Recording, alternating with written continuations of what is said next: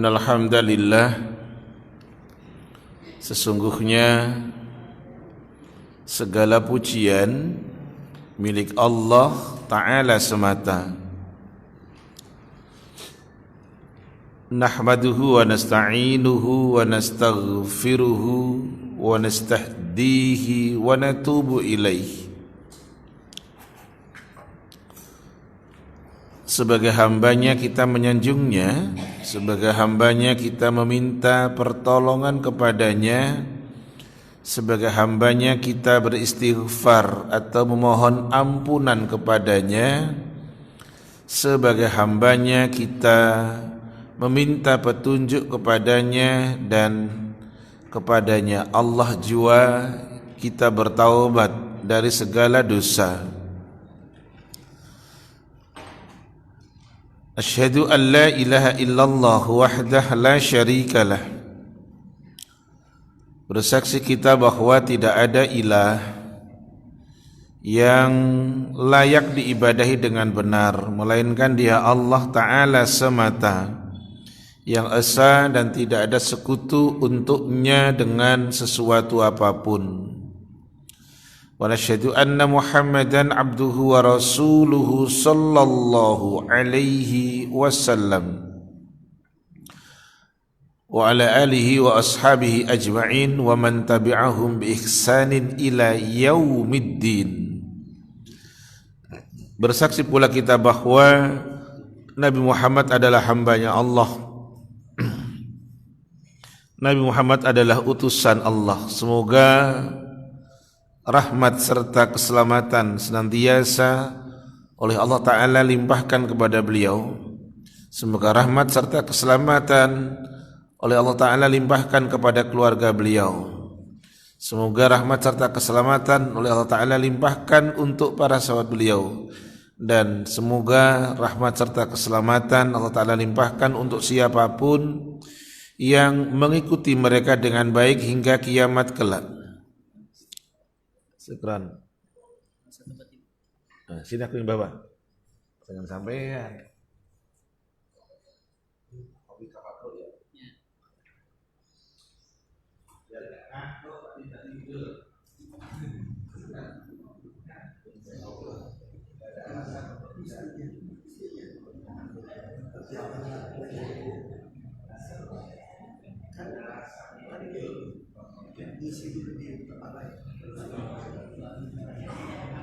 Pokoke judule ora turu Pak lah. Ya ayyuhalladzina amanu taqullaha wa qulu qawlan sadida yuslih lakum a'malakum wa yaghfir lakum dhunubakum wa may yuti'illaha wa rasulahu faqad faza fawzan 'azima, yang artinya wahai orang-orang yang beriman, bertakwalah kalian kepada Allah dan katakanlah oleh kalian perkataan yang benar. Niscaya Allah akan memperbaiki amal-amal kalian. Niscaya Allah akan mengampuni dosa-dosa kalian. Siapa yang mentaati Allah dan Rasulnya, sungguh dia telah mendapatkan kemenangan yang sangat agung. Para tamu Allah, sekali lagi para tamu Allah rahimani wa rahimakumullah, alhamdulillah waktu duha ini untuk sekian kalinya Allah mewujudkan rasa rindu kita dengan rumahnya, yang Allah Ta'ala tambatkan hati kita di rumahnya Al-Fattah untuk kita mengkaji, memahami akan keberagamaan kita, memahami akan akidah kita. Yang kali ini kita bicara tentang tanda-tanda dari kelompok yang selamat. Kita bicara tentang alamatul firqatin najiyah.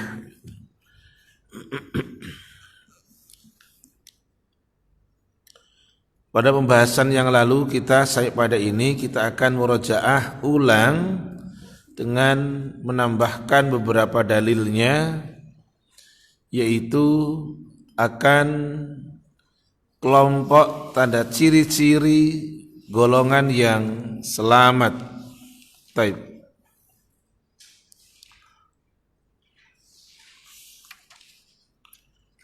dikatakan bahwa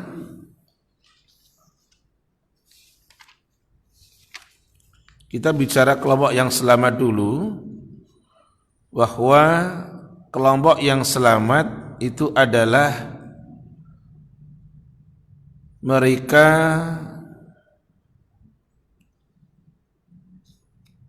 sebagaimana Al-Quran surat yang ketiga ayat yang ke-103.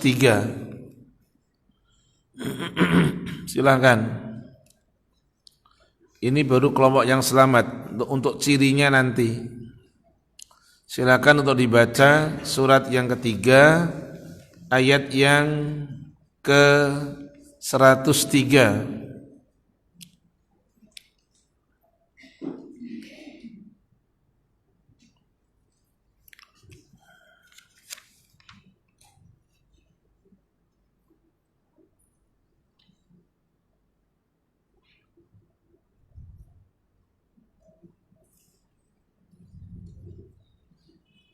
Dan berpegang teguhlah. Mic-nya lupa nggak dipakai. Dan berpegang teguhlah kamu semuanya pada tali Allah, tali agama Allah. Dan janganlah kamu bercerai-berai. Dan ingatlah nikmat Allah kepadamu ketika kamu dahulu masa jahiliyah bermusuhan.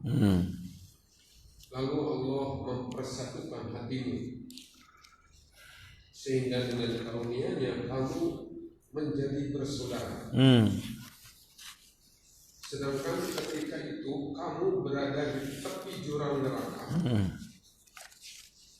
Lalu Allah menyelamatkan kamu dari sana.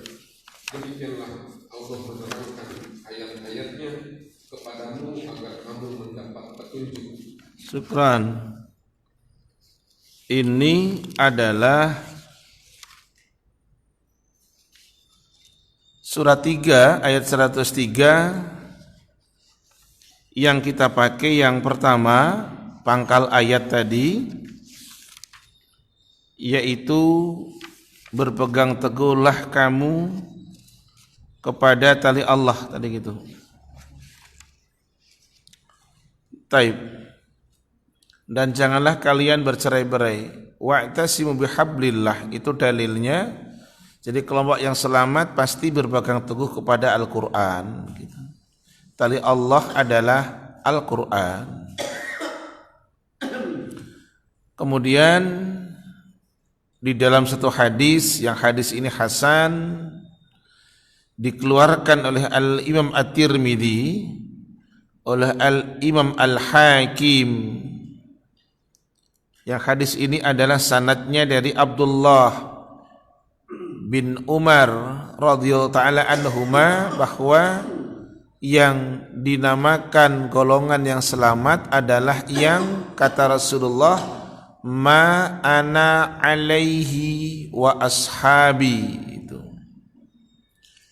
Ini adalah golongan yang selamat, anak ulang, mereka yang mengikuti ma ana alaihi wa ashabi, mengikuti apa yang aku Rasul ada padanya dan apa yang para sahabatku ada padanya. Itulah golongan yang selamat. Oleh karenanya kita masuk di ciri-cirinya sekarang adalah ciri-cirinya untuk golongan yang selamat. Jadi sekarang tugas kita adalah untuk membuat ciri atau menjadikan ciri ini. Yang pertama adalah hum qillatun bainan nas. Ciri kelompok yang selamat adalah jumlah mereka sedikit di kalangan manusia, jumlahnya tidak banyak, jumlahnya sedikit. Itu. Jumlahnya sedikit di antara manusia. di antara masyarakat itu tidak banyak gitu.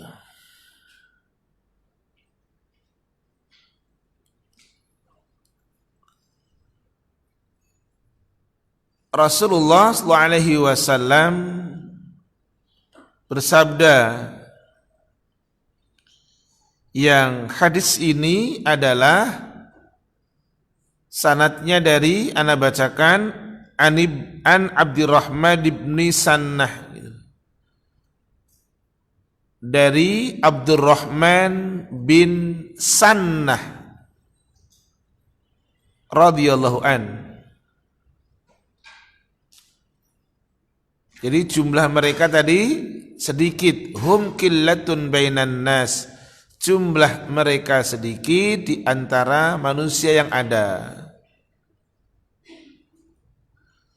Ini seleksi alam dengan sendirinya gitu, tanpa mengatakan kami kelompok sedikit, tidak bisa begitu.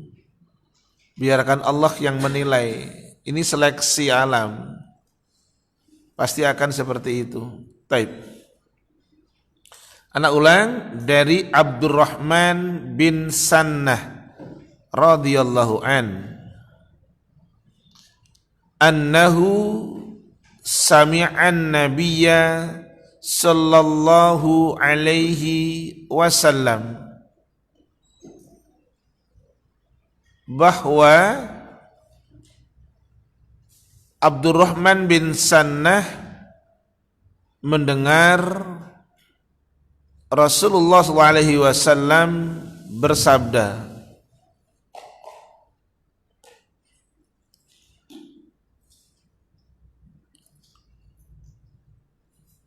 Bada'al Islamu ghariban, kata Rasul. Sabda beliau ini, Islam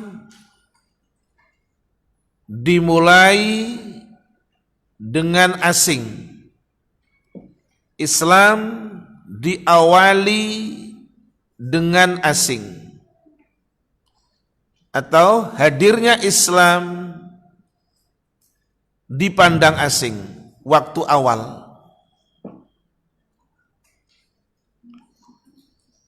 Summa ya'udu ghariban kama bada'a. Kemudian ya'udu ghariban, kemudian akan kembali menjadi asing sebagaimana awal datang. Anak ulang, Islam datang dipandang asing, kemudian akan kembali menjadi asing sebagaimana waktu awal datang.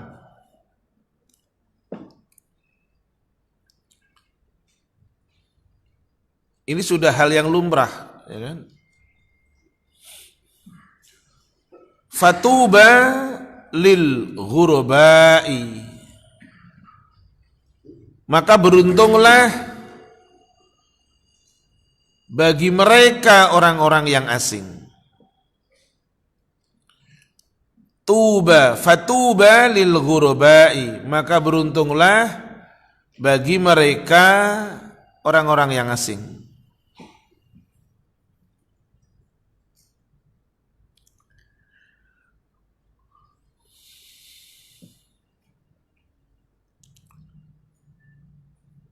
Ditanyakan, ya Rasulullah, wa manil ghuraba'u? Ditanyakan, wahai Rasul, siapakah orang yang asing tersebut? Wahai Rasul, siapakah orang yang asing tersebut?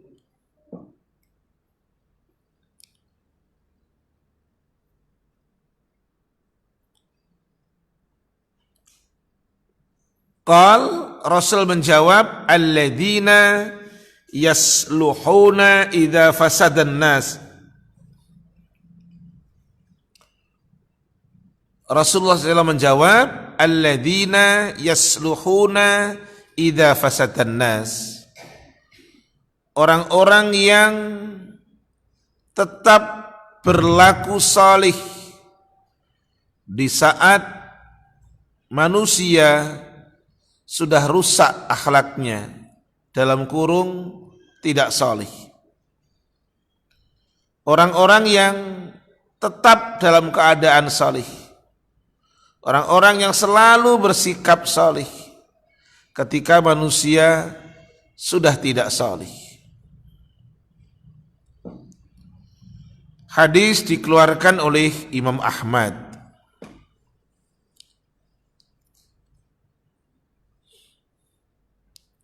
Dia tetap baik gitu loh. Ketika kondisi masyarakat sudah berangsur-angsur menuju tidak baik, dia tetap baik gitu loh. Taib. Akan tetapi dalam riwayat yang lain, yakni dari Sa'ad bin Abi Waqqas radhiyallahu an, yang dimaksud mereka orang-orang yang asing adalah alladzina yuhyuna ma amatan nasu min sunnati,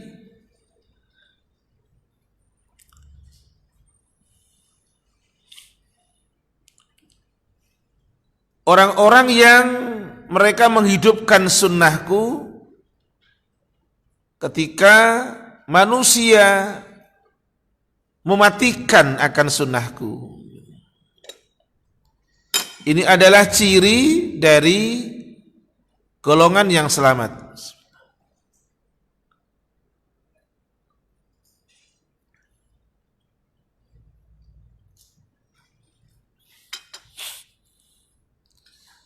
Yaitu tadi orang-orang yang tetap mereka menghidupkan akan sunnahku dikala masyarakat manusia mematikan akan sunnahku.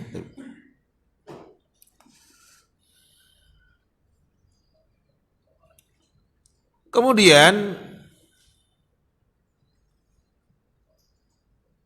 Ibnu Mas'ud radhiyallahu an memberikan pandangan tentang masih ciri golongan yang selamat yang pertama, yang mereka sedikit. Hum qillatun bainan nas, jumlahnya sedikit, al-qillah. Dikatakan oleh Ibnu Mas'ud, al-jama'atu ma wafaqal haqqa wa in kunta wahdaka. Itu al-jama'ah. Yang dikatakan jamaah adalah yang menselaraskan dengan kebenaran sekalipun engkau sendirian, yang tetap mensinergikan dirinya dengan kebenaran, yang tetap wafaqah, menselaraskan dengan al-haq kebenaran, wa in kunta wahdaka, sekalipun keberadaan kamu seorang diri.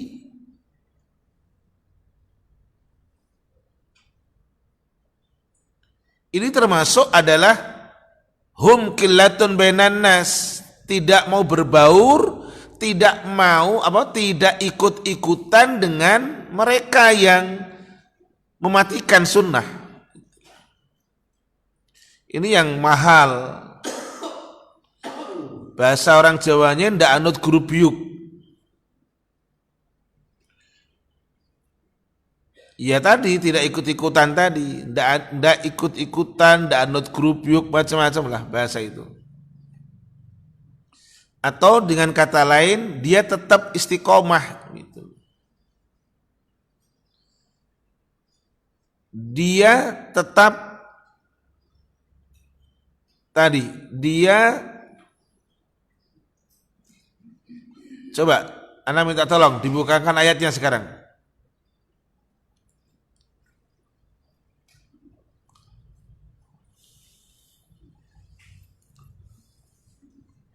Surat yang ke-25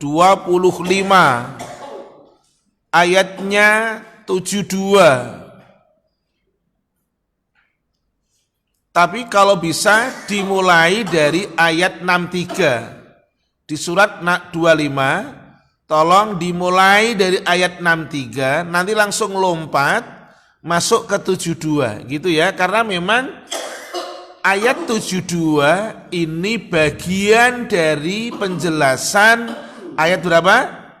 63 gitu ya. Taib. Silakan. Adapun hamba-hamba Tuhan yang Maha Mengasihi itu adalah orang-orang yang berjalan di bumi dengan rendah hati, dan apabila orang-orang bodoh menyapa mereka dengan kata-kata yang menghina, mereka mengucapkan salam. Stop dulu. Para tamu Allah, teman-teman, ikhwan akhwat fillah rahimani wa rahimakumullah. Ana tunjukkan ayatnya. Antum lihat di redaksi ayat. Ayat 63 itu berbunyi wa ibadur rahman. Jadi pangkal persoalan, pangkal masalah ada di kata ibadur rahman. Di ayat yang ke-63 ada kata bentuknya idhofah. Kalau dalam lughah bentuknya adalah kata majmu'. Ada mudhof dan mudhof ilaih. Wa ibadur rahman. Hamba-hamba Allah yang disayang sama Allah, yang dimuliakan oleh Allah Ta'ala. Dalam ayat 63 isinya dua. Siapakah mereka? Orangnya tawadhu, rendah hati. Di ayat 63 isinya ada satu lagi. Orangnya, lesannya tetap terpelihara apik ketika ada orang jahil yang tutur katanya tidak apik. Itu ibadur rahman. Itu ibadur rahman. Itu yang kelompok sedikit. Orangnya rendah hati, dan tadi kalau ada orang jahil tutur katanya yang tidak mengenakkan, dia tetap tutur katanya berusaha untuk mengenakkan. Mari sekarang Bapak Ibu rahimani wa rahimakumullah, a'azzallahu wa iyyakum, kita masuk di ayat 72 sekarang. Silakan. Dan orang-orang yang tidak memberikan kesaksian palsu. Ini adalah bagian dari penjelasan kata apa? Ibadur rahman. Jadi orang yang Allah sayang itu, hamba yang Allah muliakan adalah tidak akan memberikan kesaksian palsu. Terus, Dan apabila mereka bertemu dengan orang-orang yang mengerjakan perbuatan-perbuatan yang tidak berfaedah, mereka berlalu dengan menjaga kehormatan dirinya. itu dalilnya. Di ayat yang ke-72 pun ada dua makna penjelasan dari ibadur rahman. Yang pertama di 72, orangnya tidak memberikan persaksian palsu.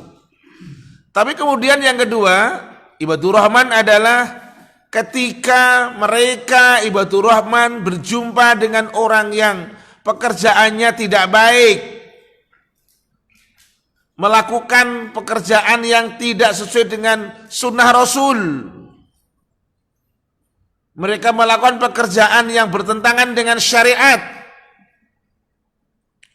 mereka mengadakan perkara baru dalam agama. Orang yang ibadur rahman tadi, yang kelompoknya sedikit tadi, yang jumlahnya tidak banyak tadi, mereka lalui aja.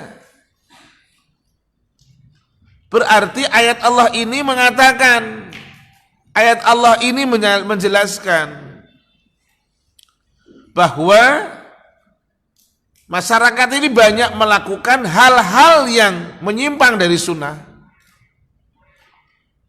Masyarakat banyak yang melakukan hal-hal yang bertentangan dengan syariat. Masyarakat banyak melakukan hal-hal baru dalam agama.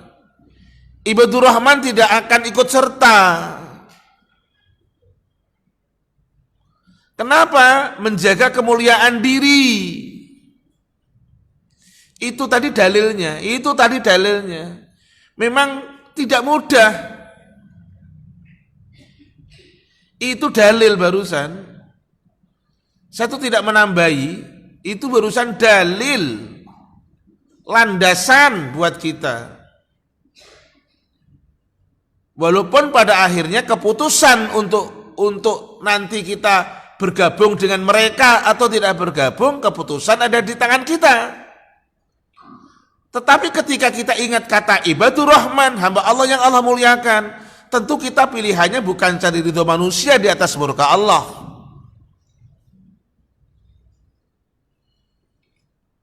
Anak ulang, tentu pilihan kita bukan mencari ridhonya manusia di atas murka Allah. Pilihan kita tentu selalu mengedepankan ridhonya Allah, walaupun kanan kiri depan rumah itu tidak ridho. Karena apa? Sederhana saya buat kata, sangat tidak mungkin hidupnya bapak dan ibu akan mampu menyenangkan semua orang.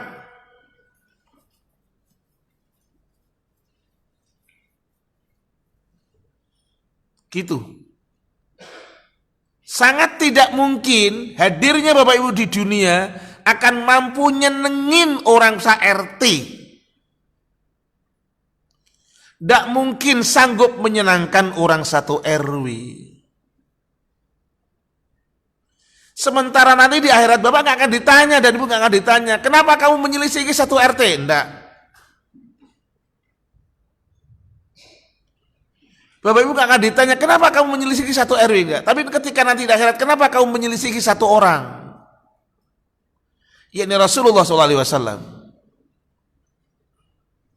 Bukan menyelisihi sa-RT, enggak. Kenapa orang itu, beliau yang aku pilih, aku utus itu untuk kamu taati, kenapa kamu selisihi? Sementara ayat Allah yang menyatakan kami tidak mengutus seorang rasul pun melainkan untuk ditaati dengan izin Allah. Lah kalau menyelisihi apa namanya mentaati? Kan bukan. Allah sudah sampaikan dengan tegas. Di Quran surat yang keempat ayat yang ke-64. Silakan. Yang sudah dapat jatah kopi silakan minum.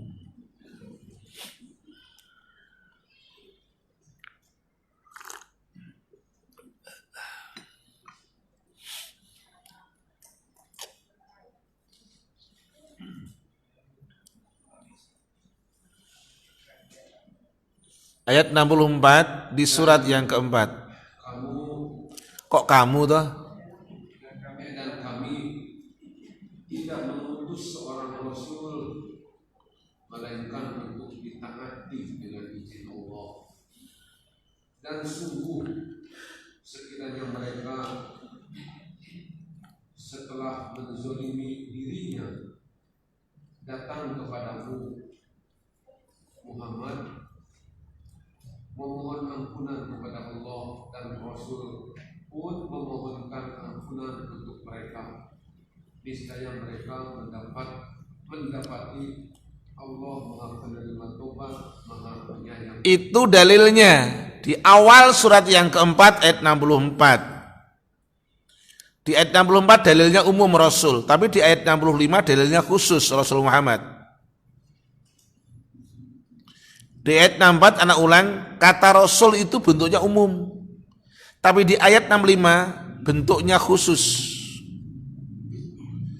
Di ayat 64 bunyinya kami tidak mengutus seorang Rasul. Wa ma arsalna mir rasulin illa liyuta'a biidznillah. Rasulnya umum siapapun dia. Mulai dari Nuh alaihissalam untuk ditaati oleh kaumnya tentu. Tetapi di ayat yang ke-65 Bapak Ibu tidak menemukan kata umum. Semua itu bermuara kepada Rasul. Mereka demi Allah mereka tidak beriman hingga mereka menjadikan engkau hakim, engkau Muhammad, bukan engkau Nuh, bukan engkau Ibrahim, bukan engkau Isa, bukan engkau Musa, enggak, engkau Muhammad. Kenapa? Muhammad itu bagian dari Rasul yang ada, yang mesti ditaati. Jadi anak ulang, sangat tidak mungkin, bahasa Arabnya lan, tidak akan pernah Bapak Ibu bisa membuat senang orang se-RT. Gak usah melebar se-RT lah. Orang sekeluarga besar, sekeluarga aja lah, itu sulit gitu loh. Karena maunya beda-beda, personal, subjektif. Sementara tadi Anda sampaikan, kelak kita tidak akan ditanya kenapa menyelisihi orang sekampung. Tapi kelak kita akan ditanya, kenapa orang tersebut engkau selisihi?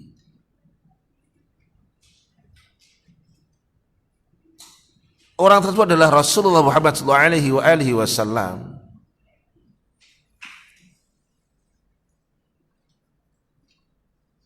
Jadi sekali lagi, ciri yang pertama pasti jumlahnya tidak banyak.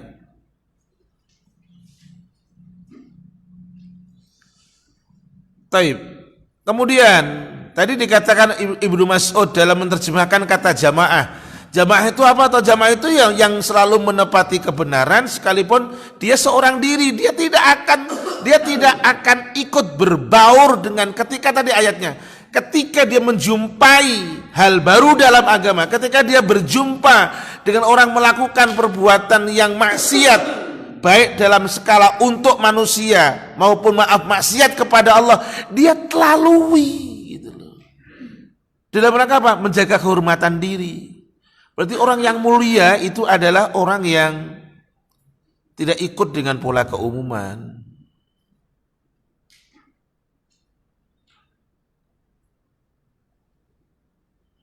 Taib.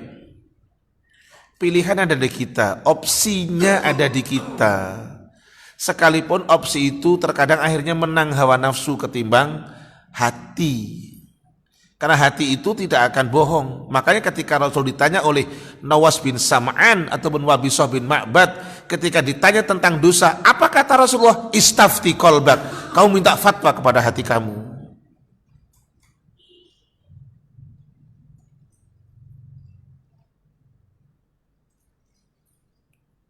Jadi ketika berjumpa, kita sering kan berjumpa dengan mereka yang pekerjaannya laho itu sia-sia.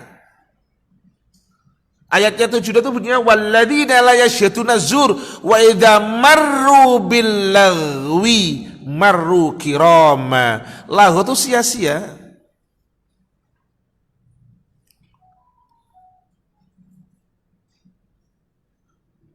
Coba sekarang ayat yang lain, suratnya 28 ayatnya 55.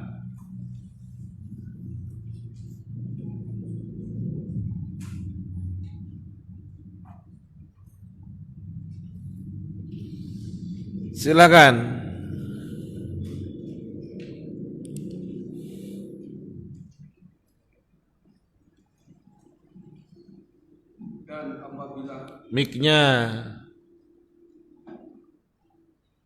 Dan apabila mereka mendengar perkataan yang buruk, mereka berpaling darinya dan berkata, bagi kami amal-amal kami dan bagimu amal-amal kamu. Semoga selamatlah kamu. Kami tidak ingin bergaul dengan orang-orang yang bodoh. Perkataan yang sia-sia itu banyak. Jangan cuma menerjemahkan perkataan itu adalah mereka para orang-orang yang menyuarakan, baik yang nadanya apakah nada pop, apa dangdut, apa klasik atau apa. Bukan hanya itu. Apakah campur sari, apa gado-gado, bukan gado-gado jangan. Bukan, enak tuh gado-gado bener. Ketoprak tuh depan tuh enak tuh. Bukan itu saja. Orang melakukan ritual, menyuarakan sesuatu yang itu diada-adakan, itu bagian dari lago, sia-sia. Mereka mendengar, tidak akan ikut ambil bagian.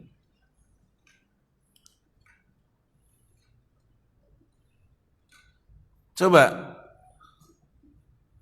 ada konser gitu, satu orang aja itu, konsernya siapa penyanyinya Dewa tuh Ahmad Dhani, siapa yang suaranya bagus tuh, siapa sih namanya? Oh, apalah, saya cuman absen sebenarnya. Ternyata Jamaah Al-Fatah pun ternyata tidak ketinggalan dengan nama populer, ya kan? Maaf loh, terima kasih Mas diingatkan. Ari Lasso tuh. Itu kan hebat loh, ya kan? Surat 9 surat apa Mas? Pokoknya lah, apalah itu namanya ya. Tuh, ya kan? Lah ya, itu ketika ada konser beliau umumnya kan, konser tunggal. Oh, yang hadir subhanallah itu. Iya. Walaupun tadi kita tetap optimis bahwa tadi kita nggak perlu pesimis. Nanti ada ucapan nanti ulama sebagian ulama salaf nanti. Walaupun kita nggak boleh pesimis, tetap optimis gitu. Iya. Ketika ada konser apa gitu kan ya, itu setiap mau tahun baru itu kan selalu ada ditayangkan tuh di Running Tech TV itu di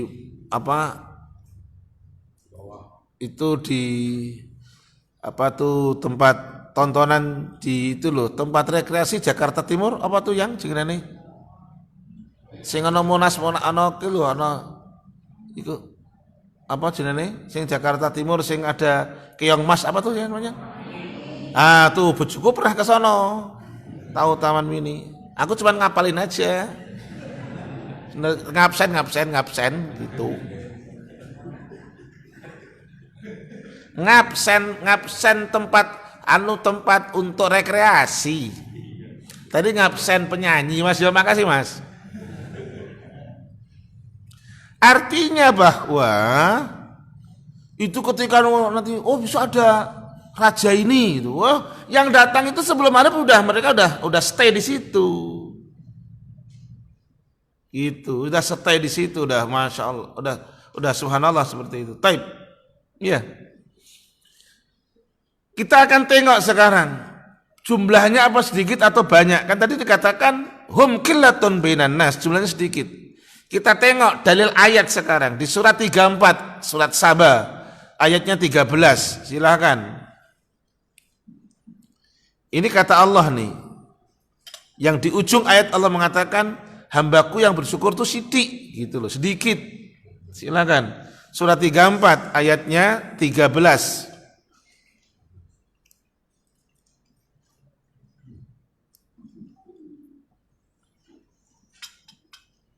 Mereka para jin itu bekerja untuk Sulaiman sesuai dengan apa yang dikehendakinya, di antaranya membuat gedung-gedung yang tinggi, patung-patung, piring-piring yang besarnya seperti kolam, dan periuk-periuk yang tetap berada di atas tungku.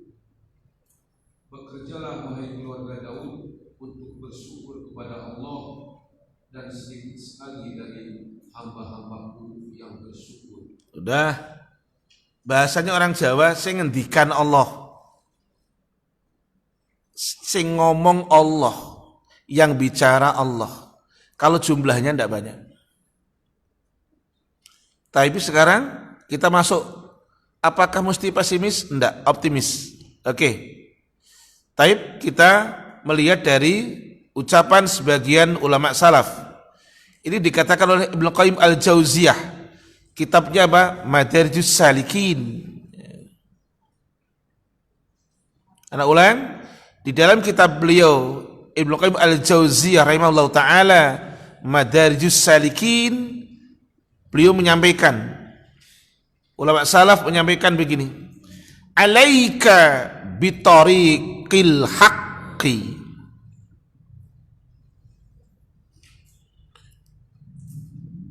tetaplah atasmu untuk meniti jalan kebenaran. Alaika bitariqil haq. Tetaplah atasmu, wajib atasmu untuk berada di atas jalan kebenaran.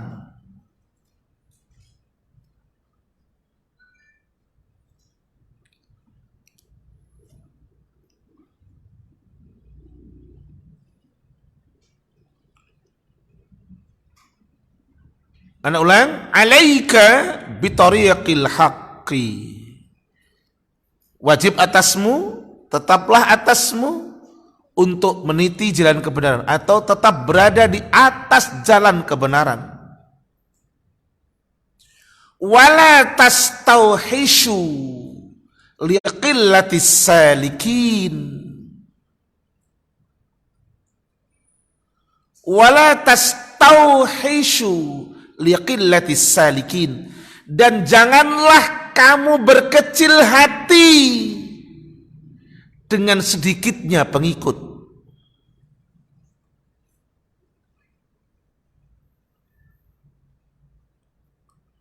Wala tastauhishu liqillatis salikin, kamu jangan berkecil hati dengan sedikitnya pengikut. As-saliku, yang meniti, yang ikut, yang jalan. Jangan berkecil hati.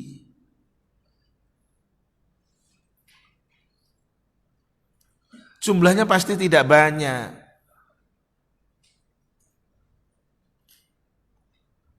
Kemudian wa iyyaka wa tariqal batil. Wa iyyaka wa tariqal batil. Berhati-hatilah kamu, waspadalah kamu terhadap jalan yang batil. Waspadalah kamu, berhati-hatilah kamu, atau jauhilah olehmu akan jalan yang batil.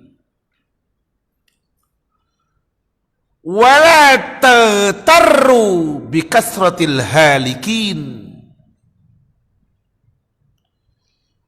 Janganlah kamu tertipu dengan banyaknya pengikut yang nanti binasa. Itu wala taghtarru bikasratil halikin. Kamu jangan tertipu dengan banyaknya pengikut yang nanti binasa.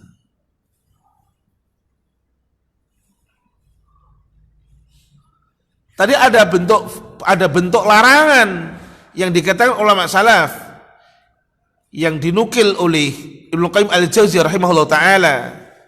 La tastauhishu, kamu jangan berkecil hati. Ini bukan urusan milih partai, bukan. Ini bukan urusan milih kepala desa, enggak. Ini urusan antara al-haqqu wal batil. Ini urusan antara bainal haqqi wal batil, antara hak dengan batil. Tadi dikatakan alaika bitariqil haqq. Wajib atasmu, tetaplah atasmu untuk berada di atas jalan kebenaran. Jangan berkecil hatilah sekalipun orangnya tidak banyak. Orang sering disudutkan dengan itu. Paling juga orangnya nggak banyak yang ikut di sini, ajarannya nggak laku di sini. Laku dan tidak laku itu karena bukan jualan. Ini bukan lagi jualan pisang, bukan lagi jualan rambutan. Ya. Kepak kuning berapa tuh? 20.000 ya? Iya. Gitu. Dah, ya. Taib. Yuk kita lanjut. Itu adalah ciri yang pertama. Qillatun bainan nas. Jumlahnya tidak banyak, sedikit lah. Nah, kita berusaha untuk bukan berarti mengklaim diri, akhirnya kelompok sedikit, bukan begitu. Kita berusaha untuk tadi yang dikatakan oleh ulama salaf bahwa tetap berada di atas jalan benar. Walaupun yang tertarik tidak banyak, tidak masalah gitu loh.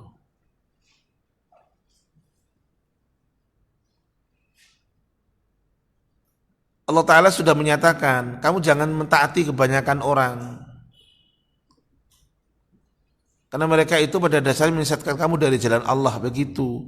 Yuk suratnya 6 ayat 116. Surat 6 Al-An'am.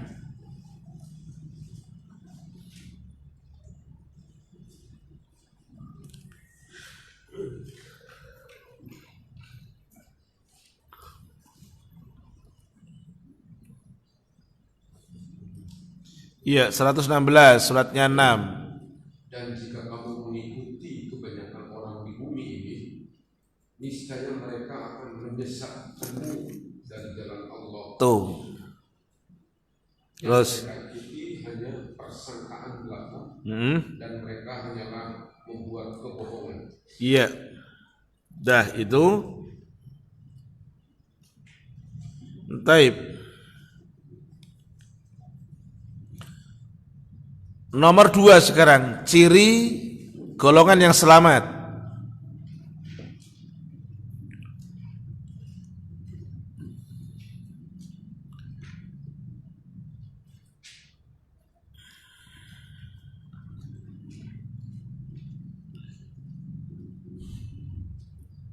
Ciri golongan yang selamat adalah al-kathiru minan nasi yu'adihim. Kebanyakan dari manusia itu akan memusuhi mereka. Kebanyakan manusia akan memusuhinya. Karena tidak suka.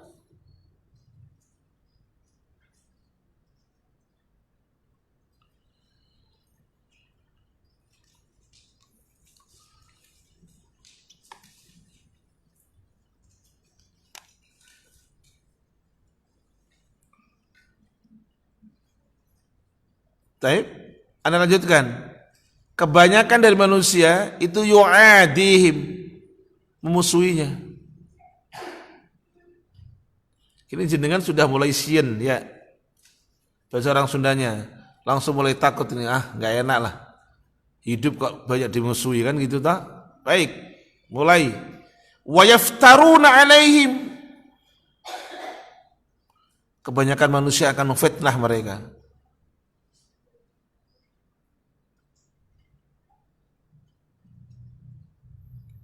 Kebanyakan akan memusuhi.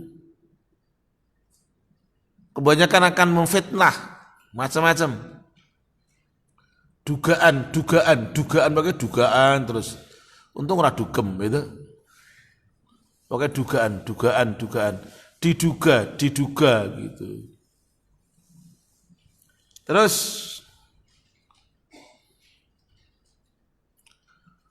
wayan bizunahum. Sebagian besar manusia melecehkan mereka.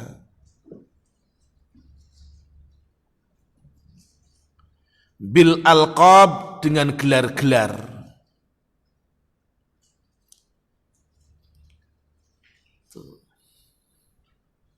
Bukan sekedar memusuhi kebanyakan. Tidak sekedar memfitnah, tapi juga akan melecehkan dengan gelar-gelar. Banjir mas gitu. Kaitan dengan apa kira-kira? Nah itu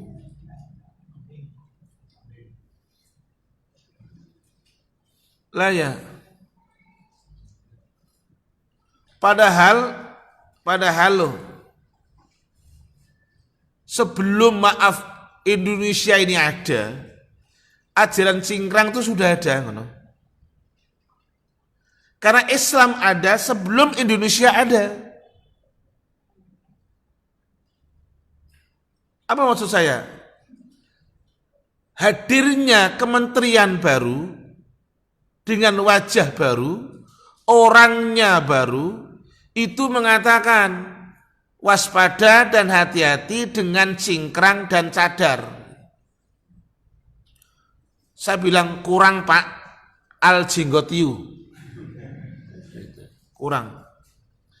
Maka saya bilang sebelum Indonesia ada, itu tentang tata cara berbusana yang syar'i itu sudah ada. Sudah ada, bukan baru, bukan barang baru, bukan. Banjir Mas. Bu, nggak usah nyindir lah. Bu, mendingan tanya langsung, Mas, kok celananya di atas mata kaki toh Mas? Lu kan gitu kan enak. Baru nanti bisa jelasin. Ketimbang ngenyek bahasa orang Jawa nih. Itu Pak Budi tahu nih bahasa Jawa. Daripada ngenyek toh. Lah ya, daripada mengejek, banjir Mas. Lu ngono coba. Itu kan di sini kan gitu. Sama saja sekarang. Pakai apa namanya? Pakai niqab dikit kayak ninja nih. Lu kapan belajar ninja nih gitu loh. Pura-pura ngerti pahlawan ninja, nggak ngerti. Kalau jenggotan gitu, kayak wedus dia ya, gitu. Tetapi sekarang saya kalau menelaah, kalau kita menelaah, sebenarnya nggak perlu kita kebakaran jenggot duluan. Wong baru kaya Pak. Baru apa? Kaya, nggak bener kan? Lah ya nggak tentu. Wih, ganteng loh kayak Tommy Kurniawan. Jangan GR dulu, baru kaya, bener ya? Jadi jangan GR dulu gitu loh. Wong baru kaya. Nabi dulu itu dimaaf bukan kaya. Dibilang orang gila coba. Bukan kaya orang gila, enggak. Mereka mendapatkan perlakuan seperti itu. Siapa itu? Penyeru kebenaran.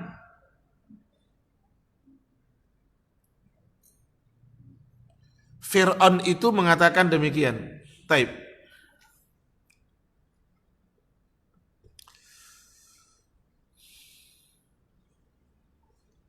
Yo, suratnya 26.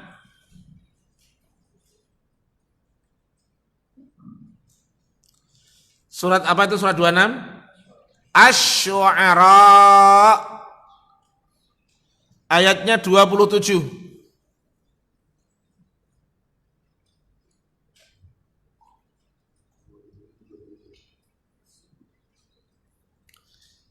Lah ya.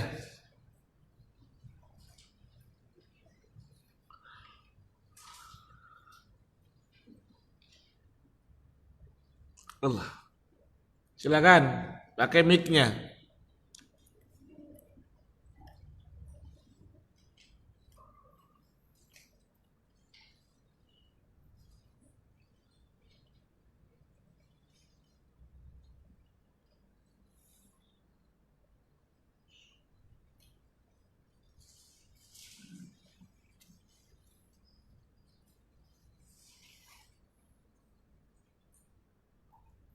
Dia Fir'aun berkata,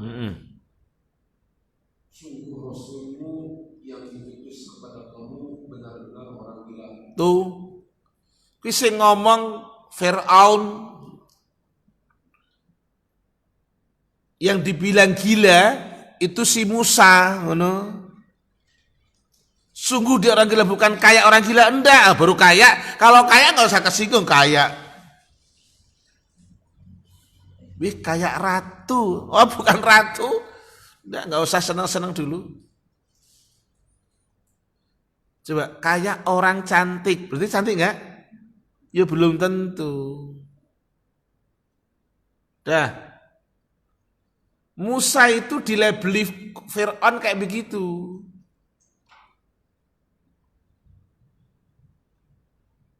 Sekarang yang diturunkan Quran pun sama.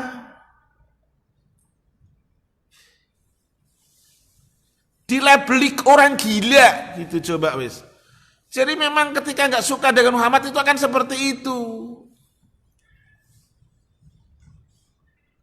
Bukan kayak orang gila. Surat 15 ayatnya 6.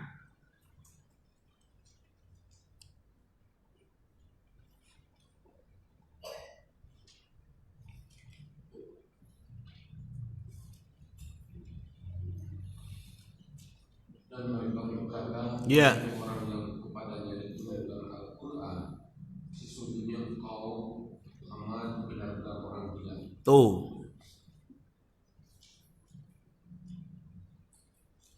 Muhammad itu orang gila coba wis. Tetapi mereka sabar.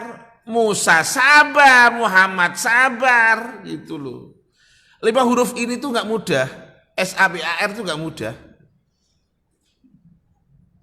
Bener. Coba di surat tadi, surat yang ke-26 ayat berapa tadi? Ayat berapa? 27, surat apa namanya? Asy-Syu'ara. Siapa yang disebut gila? Musa, oleh penguasa besar saat itu. Surat Al-Hijr, surat 15 ayat yang ke-6. Muhammad dikatakan gila, coba. Apa kesimpulannya? Selama hidup manusia pasti akan berdampingan dengan fitnah. Selama manusia hidup, selama itu pula akan berdampingan dengan fitnah. Selama itu pula akan hidup dengan fitnah dan fitnah. Dari siapa? Mereka yang tidak suka. Jenengan tahu toh, maaf Bapak Ibu, pernah dengar kan?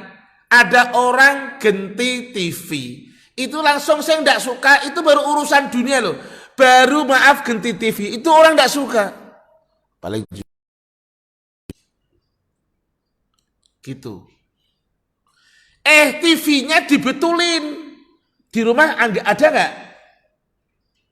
TV-nya dibetulin. Di rumah tidak ada kan? Seloranya berbeda.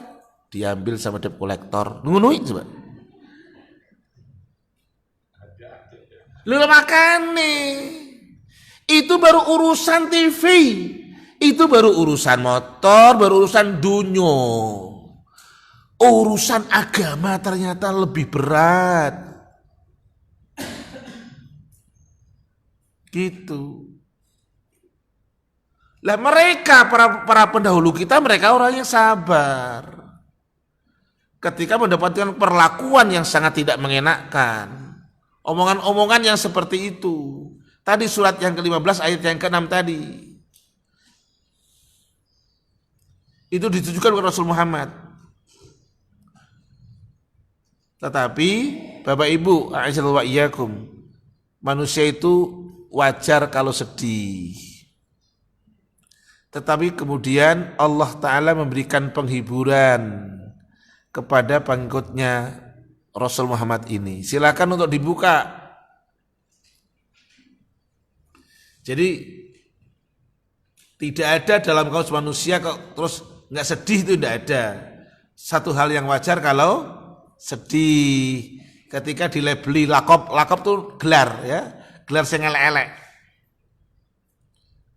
Mereka tadi yang bizun, mereka itu melecehkan dengan gelar-gelar. Ya. Saya mungkin pernah sampaikan di sini ya, mungkin nggak tahu deh, saya lupa atau di sini atau mana. Saya itu punya jamaah kajian di Bintaro. Ada seorang akhwat, saya lupa deh, pas istri saya ikut atau enggak, saya lupa itu. Dia itu adalah pakainya niqab. Hal yang wajar kalau keluarganya khawatir karena maaf saat itu banyak kejadian teroris gitu loh.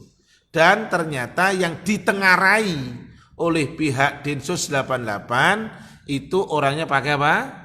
Cadar. Dan laki-lakinya celananya cingkrang. Keluarganya risau. Sampai si anak itu kemudian dilarang. bahkan takut untuk pulang waktu lebaran.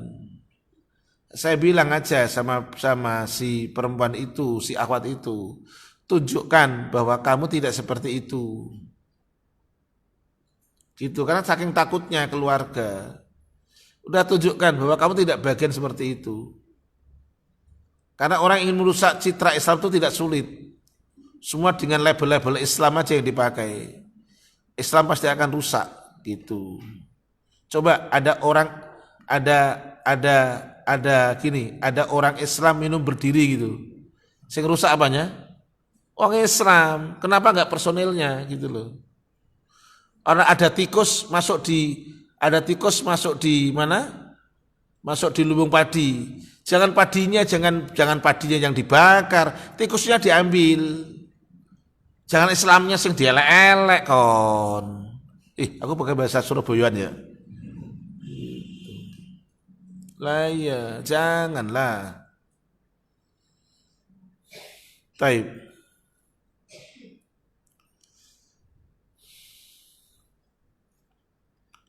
Memang harus sabar. Yuk kita buka suratnya 6 ayat 100. Ayatnya 33 bukan 100. Surat 6 ayatnya 33 dan 34. Yuk silakan.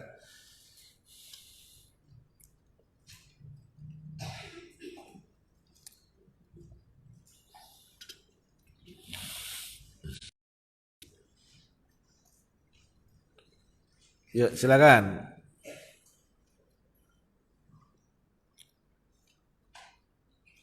Sungguh kami mengetahui bahwa apa yang mereka katakan itu menyedihkan hatimu Muhammad. Tuh, terus? Janganlah bersedih hati, karena sebenarnya mereka bukan mendustakan engkau, tetapi orang yang zalim itu menginginkan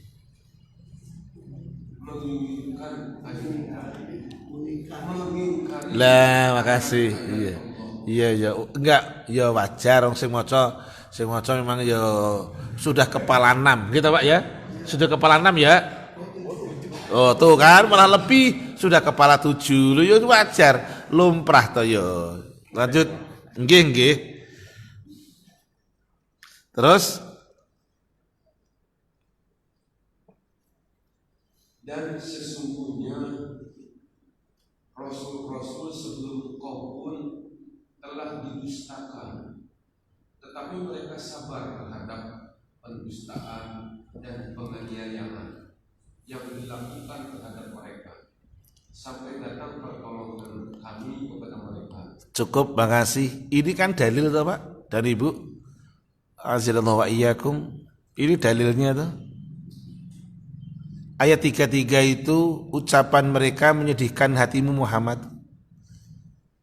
Ayat 34 kamu gak usah sedih Muhammad. Rasul-rasul sebelum engkau, orang-orang sebelum engkau itu mereka juga diperlakukan bahkan lebih dari itu. Tapi mereka sabar Muhammad atas penderitaan itu. Maka ada namanya Rasul yang memiliki gelar ulul azmi. Ulu artinya yang memiliki, al-azmu ketangguhan, gitu. Ya, kehebatan. Taib. Kemudian di Quran surat yang ke-6 kita lihat ayat 112. Demikian itu pula wa kadzalika ja'alna likulli nabiyyin aduwan. Ya silakan.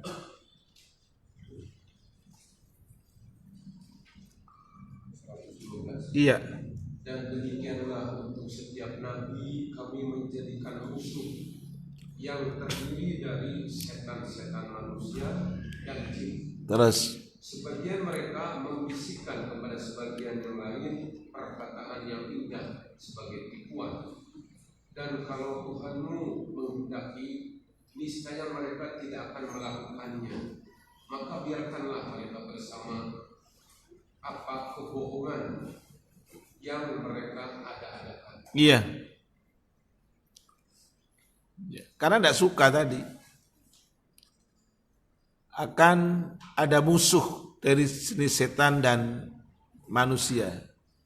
Jenis jin dan manusia. Itu sudah hal yang wajar, lumrah ketika harus berhadapan dengan tantangan seperti itu. Disampaikan dalam kitab ini disampaikan wahada Rasulullah sallallahu alaihi wasallam qala anhu qaumuhu sahirun kadzabun. Ini adalah Rasulullah SAW di mana kaumnya mengatakan, yang tidak suka mengatakan Rasul itu penyihir, Rasul itu pendusta. Kapan itu? Hinama da'ahum ila tauhid. Hinama ketika Rasulullah SAW itu berdakwah atau menyeru kepada tauhid. Mereka sudah gak suka. Jadi kondisi itu akan seperti tadi di awal. Islam datang asing, akan kembali asing. Kalau dulu model kesyirikannya tidak ada melarungkan kepala sapi kerbau ke laut, sekarang ada. Tapi intinya sama kan, kesirikan-kesirikan juga gitu loh. Kalau dulu tidak ada orang naik motor mobil lewat jalan apa klakson, karena dulu belum ada motor mobil, sekarang udah ada motor mobil lewat jalan yang sepi, jembatan klakson kan gitu, atau ngedim gitu kan. Terus permisi mbah gitu ya kan dulu beda dengan sekarang. Ya, tapi intinya sama, pada dasarnya sama. Mereka mengatakan Rasul itu penyihir, Rasul itu orang gila. Padahal wa kanu qabla dzalika, sebelum itu mereka yusammunahu as-shadiq al-amin. Sebelum itu mereka mengatakan Rasul itu orang yang jujur, Rasul orang yang mudah dipercaya. Tetapi karena tadi isi dakwahnya Rasul itu tidak sama dengan mereka, maka Rasul dimusuhi, ditentang. Maka di ayat yang ketiga tadi, coba perhatikan ayat 33 surat 6, monggo diulang. Surat 6 ayat 33 diulang deh. Mereka tidak mendustakanmu, nanti bahasanya gitu. Mereka mendustakan ayat-ayatku, itu kata Allah gitu. Sungguh, kamu mengetahui bahwa apa yang mereka katakan itu menyedihkan hatimu. Janganlah bersedih hati, karena sebenarnya mereka bukan mendustakan engkau. Tuh. Tetapi orang yang zalim itu mengingkari ayat-ayat Allah. Iya. Di ujungnya itu ada kalimat itu. Mereka itu tidak mendustakanmu Muhammad. Kan bukan Muhammad yang didustakan. Apa yang didustakan? Isinya, kontennya dakwah Rasul Muhammad SAW. Dan itu adalah ayat-ayat Allah yang isinya tauhid, yang isinya kebenaran al-haq gitu. Coba Rasul Muhammad maaf dakwahnya sesuai dengan seleranya Abu Jahal, dimusuhi kah? Enggak.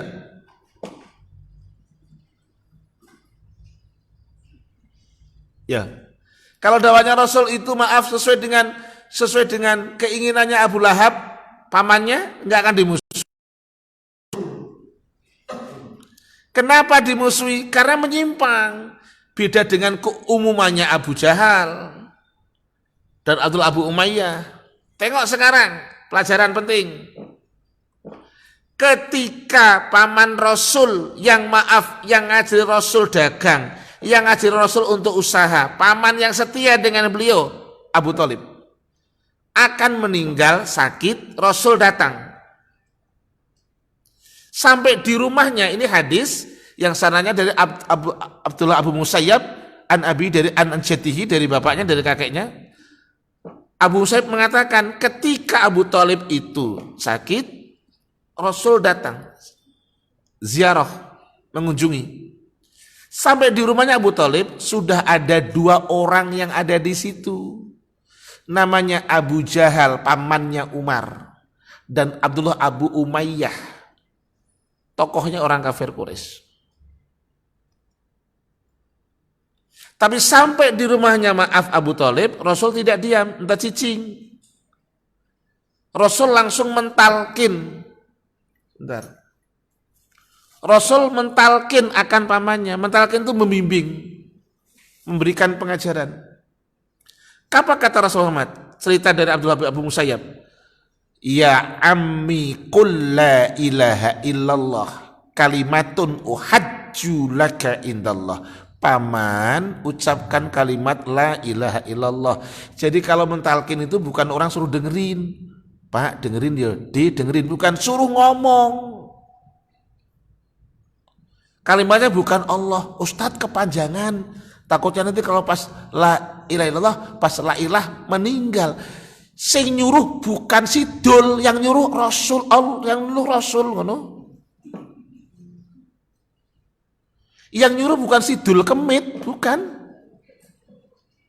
Yang nyuruh Rasul yang ngajari, ya ammi qul la ilaha illallah. Mau di ICU, mau di ICU, betul bukan ICU, bukan ya. Mau di ICU, apa tuh, gawat darurat. Muka jenengan ngantuk yo. Ngopi dulu lah. Enggak kan? Ya wis. Lah aku semangat gini, saya berbusa-busa ngantuk yo, kerugian. Saya ulang. Rasul bilang, ya ammi qul la ilallah. Hei paman, ucapkan kalimat la ilallah. Satu kalimat paman, kalimatun uhajju laka ilallah. Yang nanti aku jadikan hujah, alasan untuk engkau di sisi Allah. Kira-kira menurut logika jenengan, talqinnya Rasul Abu Jahal paham enggak? Kenapa paham? Bahasa Arab pinter Pak. Lah ono hadiah tak kasih hadiah jenengan. Bener wis. Lho ya bener ta. Kenapa Abu Jahal paham? Lah wong Arab iki. Kecuali orang Pemda.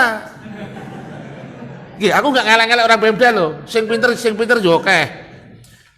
Gitu. Maksudnya Abu Jahal paham, Abdul Abu Umayyah paham, ngerti apa maksudnya talqin tadi. Maka kemudian Abu Jahal pun sama Abdul Abu Umayyah ngomong sama Abu Talib, ya Aba Talibin, a'ayyartahu, apakah kau membenci akan an millata Abdul Muthalib? Apakah kau benci akan agama Abdul Muthalib? Kamu mencelanya? Di rezeki lain atar gobu an millati Abdul Muthalib, apakah kamu membencinya?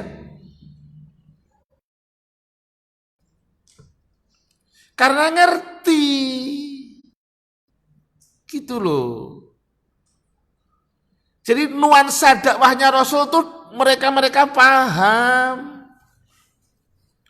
Ini kan yang aneh, nggak ngerti tapi nyerang gitu loh. Belum paham tapi sudah memfitnah, padahal paham tuh. Gitu. Ini udah bahasa parayangan ini. Gitu. Lah ya. Yo, jadi tadi dikatakan wa kanu qabla dzalik, mereka itu sebelum itu adalah yusammunahu, mereka menamai Rasul as-shadiq al-amin, orang yang jujur, orang yang terpercaya. Tapi karena dakwahnya isinya beda dengan mereka ya langsung diserang.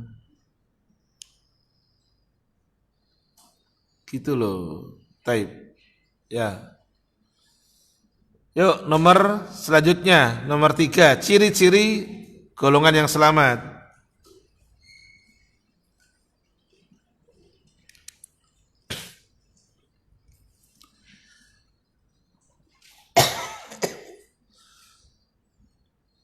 Su'ila Asy-Syaikh Abdul Aziz bin Baz anil filqatin najiyah faqal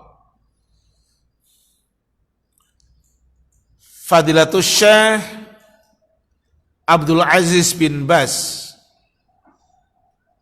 ini ulama kekinian, ya, muftinya Saudi.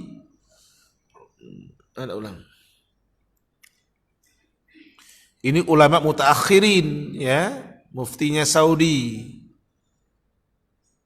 lebih senior ketimbang daripada Syekh Fauzan Al-Fauzan. Anak ulang, Fadilatus Syekh Abdul Aziz bin Baz ketika ditanya tentang ciri golongan yang selamat, beliaunya mengatakan hum as-salafiyun, mereka adalah orang-orang dahulu. Mereka adalah orang-orang salaf. Ingat, ibu bapak, a'azzallahu wa iyyakum, jangan pobi dengan kata salaf. Salaf itu adalah dahulu artinya, ya. Salafus soleh berarti apa artinya? Orang dulu yang salih gitu. Sa'd bin Bas mengatakan, hum as-salafiyun. Mereka adalah orang-orang dahulu. Siapa mereka? Wa kullu man masya ala tariqatis salafis salih, yakni ar-rasulu wa ashabuhu. Lu ngono coba. Jelas? Anak ulang, mereka adalah orang-orang salaf. Orang-orang dahulu.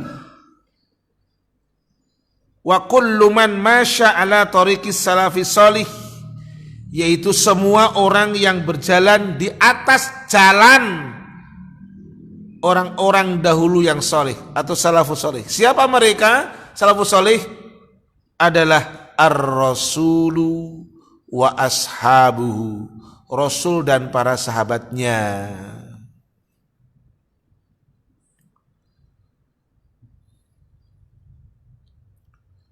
Wa kullu man sara ala minhajihim, dan semua orang yang berjalan di atas manhaj mereka, gitu.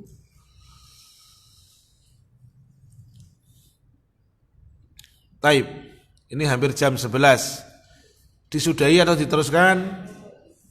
Terus atau disudahi? Oh, jadi nggak ada tanya jawab, pinterin jenengan ngono. Yo, tak kasih kesempatan tanya jawab dulu, kalau nggak ada baru tak terusin. Ya, silakan. Kalau ada pertanyaan.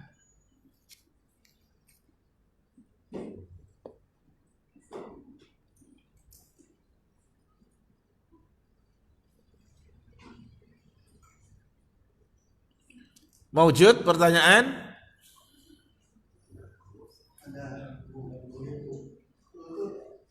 Silakan ibu langsung atau Ditulis boleh, atau nunggu ditulis, monggo.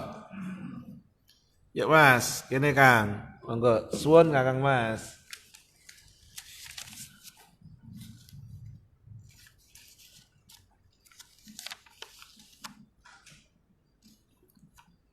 Izin bertanya Ustadz, ini kayaknya istrinya tentara ini kayaknya. Lula biasanya kata gitu, biasanya izin gitu, izin dan gitu. Lah iya, ya sering ngono kok. Insyaallah. Kenapa ada sebagian kelompok Salafi adalah Wahabi dan menganggap Salafi adalah kelompok yang keras? Syukran, barakallahu fiik. Afwan, wafikum barakallah. Begini, tadi saya sampaikan bahwa ini 11-12. Ketika ada orang yang aneh di samping kita, dengan kita, pasti kita akan memandangnya, ih kok gitu ya, gitu. Itu kan?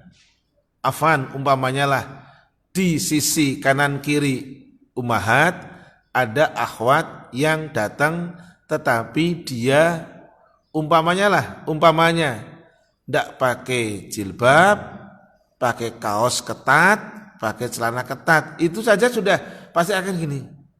Siapa ya? Akan ada tanya-tanya. Walaupun kita nggak boleh buru-buru ngejas, karena bisa jadi dia orang baru yang pengen belajar. Gitu.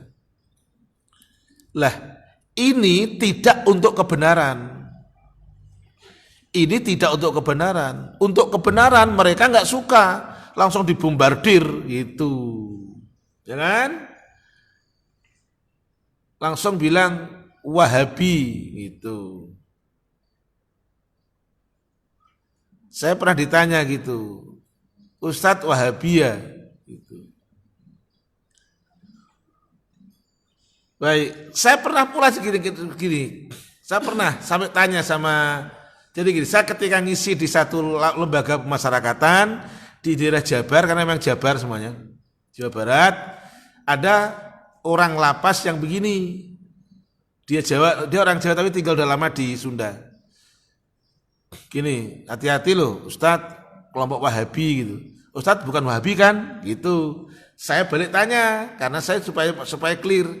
Pak, Bu aku dijelasin Pak, Wahabi ki apa toh Pak? Yo, aku belum pahami. Wahabi itu apa toh? Lah, dari pertanyaan saya yang tidak karena seperti teman lah. Dia gini, hati-hati lu Tat.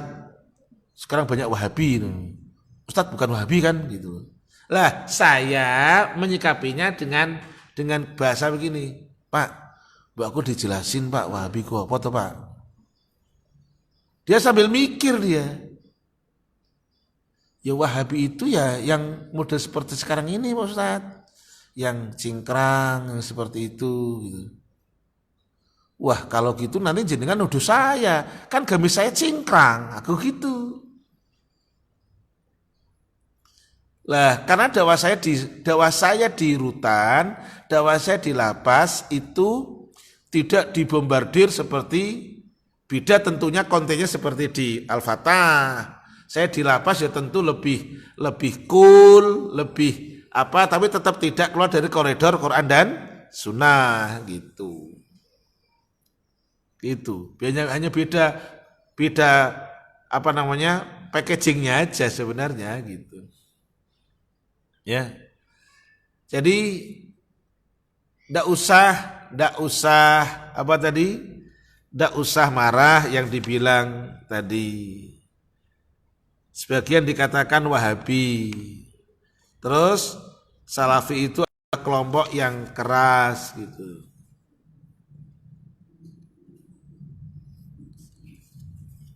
Jenengan bisa kira-kira mendefinisikan kelompok keras yang model apa toh?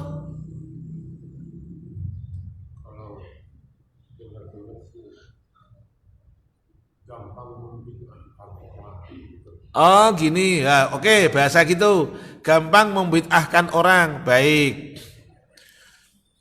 Bapak Ibu, a'azzallahu wa iyyakum, penting dalam dakwah.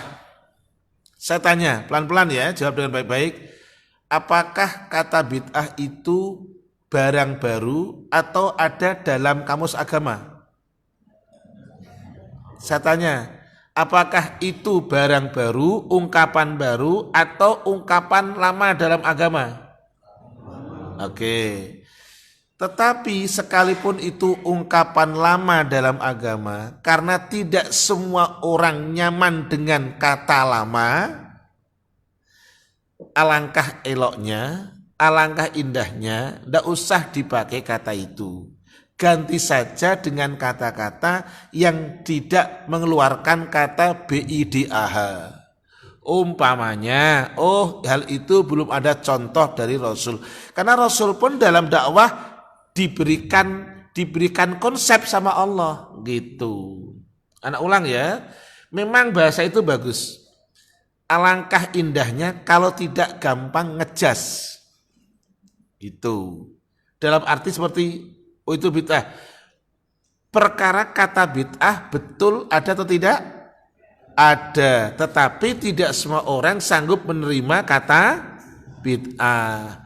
Oleh karenanya dalam koridor dakwah pun Allah men-setting beliau. Tak tunjukin dalilnya. Ada pertanyaan lagi Mas? Wah sini Mas gak apa-apa. Kayak aku tahu nih yang borongan tanya ibu-ibu. Jenengan bagian baca ya. Suratnya surat 3 ayatnya 159. Yo.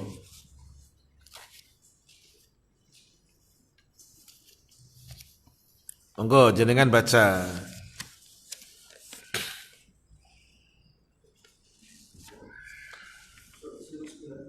Surat 3 ayat 159. Maka berkat rahmat Allah kaum Muhammad berlaku lemah lembut terhadap mereka, sikap keras dan berhati kasar, tentulah mereka menjauhkan diri dari sikap. Stop dulu, udah gitu. Ini konsep dakwahnya Rasul SAW loh.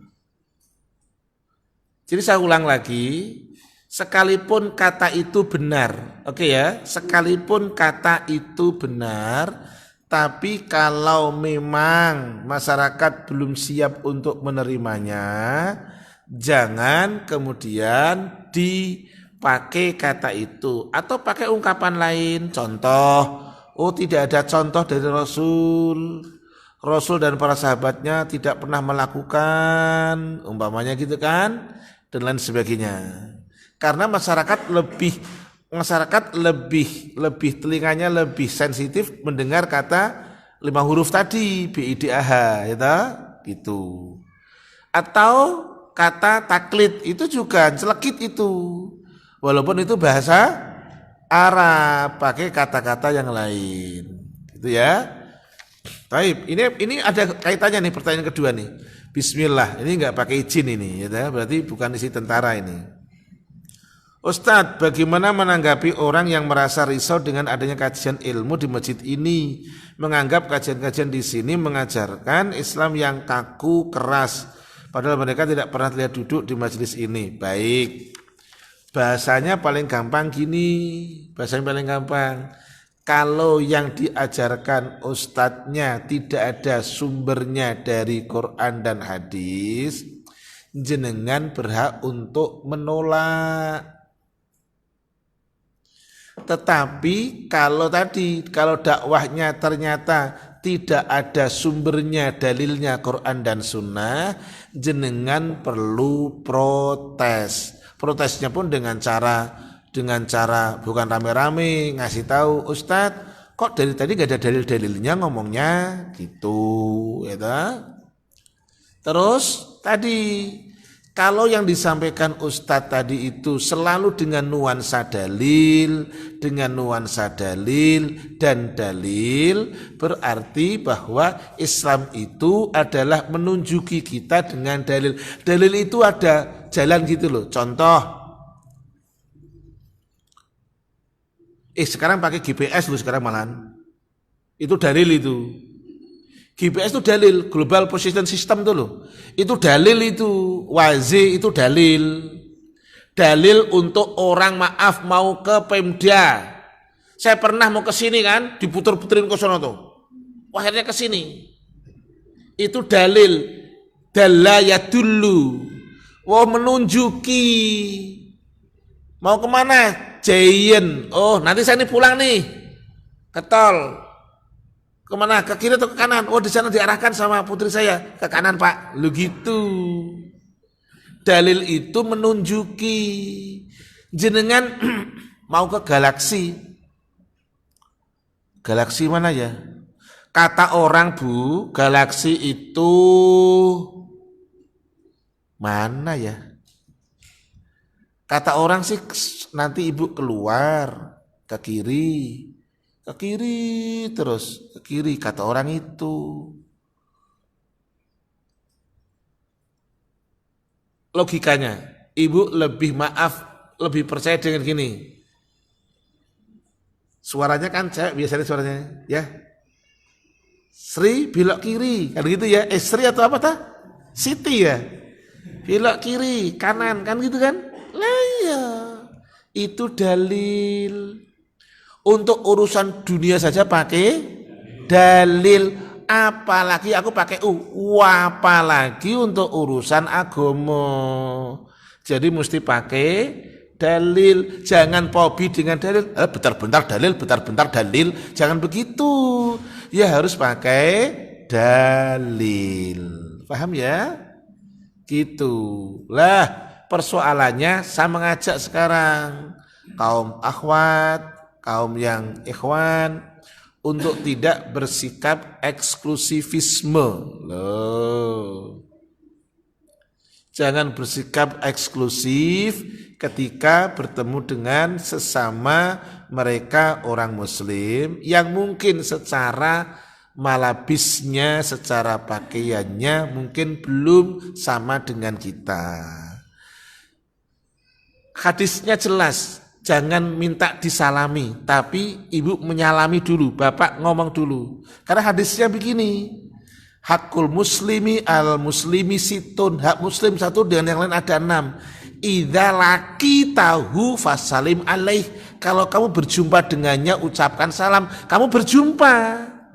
Hadisnya enggak begini, ketika kamu berjumpa dengannya nunggu dia ngucapin salam. Enggak gitu. Itu namanya al hadisu wal ngarangiu. Oh no. Hadisnya kan jelaskan kalau berjumpa dengan dia ucapan no salam. Ngono.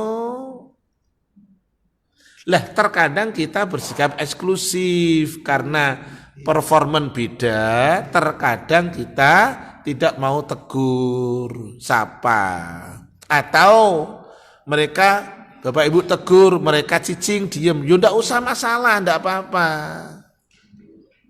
Gitu loh. Intinya kayaknya pertanyaan yang kedua ini adalah berangkat dari sikap orang yang sangat eksklusif ketika di tengah masyarakat, ya kan?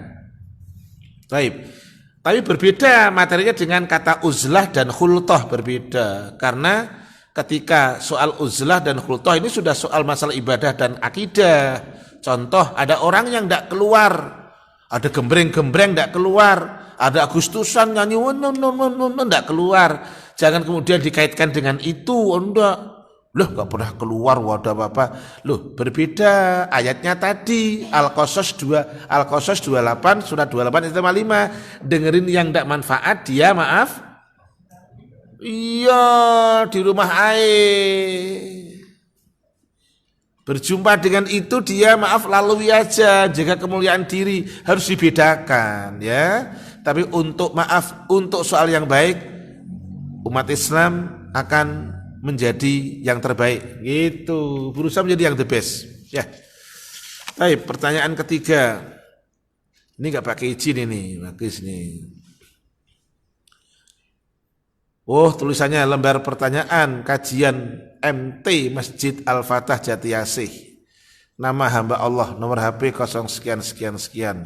Bismillah. Ustadz, saat Ramadan untuk wanita apakah tadarus dilakukan di masjid lebih utama atau sebaiknya di rumah saja? Taib. Bolehkah ngaji di masjid? Boleh. Tapi ingat, ngaji di masjid biar nanti maaf Abdullah Sidul Kemit tidak begini. Oh itu suaranya Patona, bukan begitu ya ta? Oh itu suaranya si Baisarah. Biar tidak begitu, ngajinya di masjid boleh, tetapi nggak usah pakai mikrofon. Ngajinya bergantian, biar apa? Biar maaf ketahuan mana makharijul huruf yang benar, mana makharijul huruf yang tidak benar. Jadi bergantian. Kalau maaf semua se-RT bareng-bareng nanti tidak ada yang mengoreksi mana yang keliru, mana yang benar gitu ya. Boleh di rumah, boleh juga di masjid, tidak ada dalil khusus harus ke masjid ataupun dilarang untuk di rumah. Yang terpenting tadi adalah tetap menjaga kesucian, berangkatnya ke masjid tetap dalam busana yang syar'i. Terima kasih ya, mohon maaf yang sebesar-besarnya. Oh ada lagi satu pertanyaan, monggo.